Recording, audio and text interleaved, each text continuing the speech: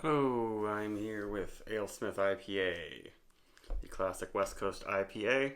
Haven't had this in a long time. Um, and Alesmith seemed like they kind of just started sending stuff over the past year or two back to Boston. They're from San Diego, of course. I've been to the brewery. And this one uses Citra and Columbus hops, which this IPA has been around for 20 plus years, so I'm sure the recipe changed slightly over the years. Because especially, I don't think Citra was really available to most brewers 20 years ago. So here we go. And that looks, it's got some color to it, but it's pretty pale. Maybe that's what it'll always look like. I don't know. A lot of these beers are getting paler. This one definitely did not go the way of the hazies. Alesmith does make some really hazy IPAs, but this one's not one of them. It's very clear. My cat's yelling. A lot of tiny, tiny particulates in there. This is canned July 22nd, so it's a little over a month old. The place where I bought it, it was in a fridge, so a West Coast IPA that was hopefully refrigerated most of its life. That's a little over a month old. Should be fine. And that head looks really nice. That's going to stick around for a long time. Big soapy bubbles, dense ones. They should have this beer dialed in. And I'm getting some smells already.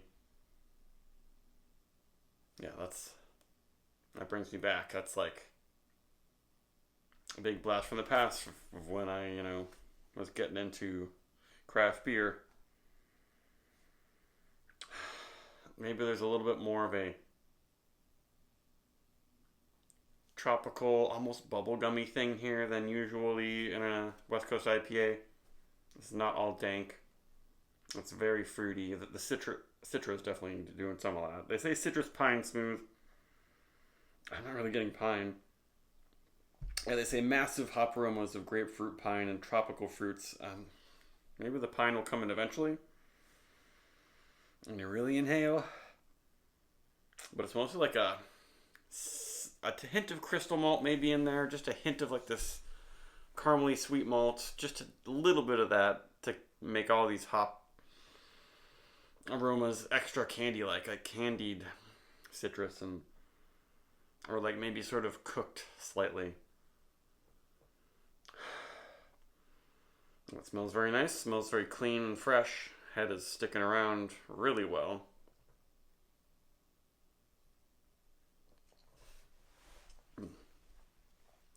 That's good. And it's not super bitter. 7.2% or 7.25% alcohol.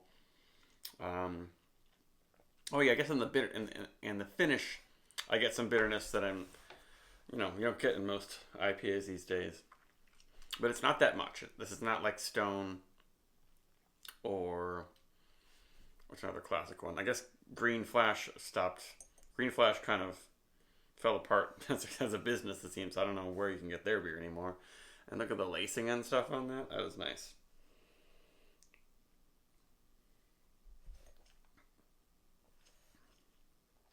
And the mouthfeel is like kind of almost silky and smooth. It's pretty full actually, even though it's, not hazy.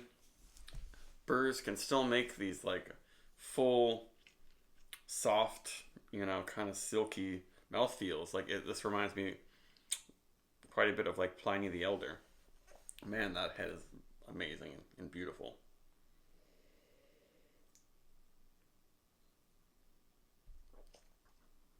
Mm-hmm. Yeah, I mean, it's pretty far off from Heady Topper, I guess.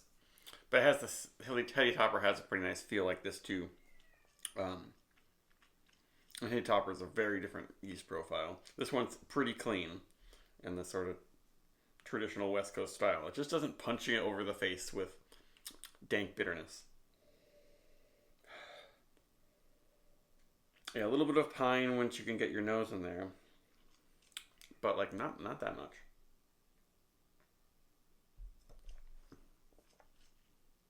Super drinkable, super clean. I don't notice much booze at all. And yeah, I guess the bitterness is going to build up. Maybe you'll get a little bit more sort of sticky pine resinous and stuff as I drink it. But you kind of need that because it is pretty fruity candy like at first.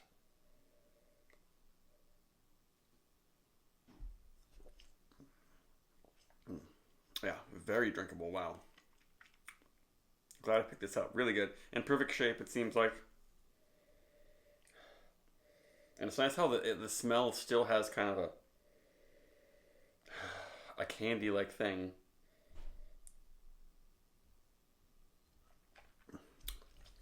Fruity candy, but then the taste is now more pine, little resin, hints of caramel.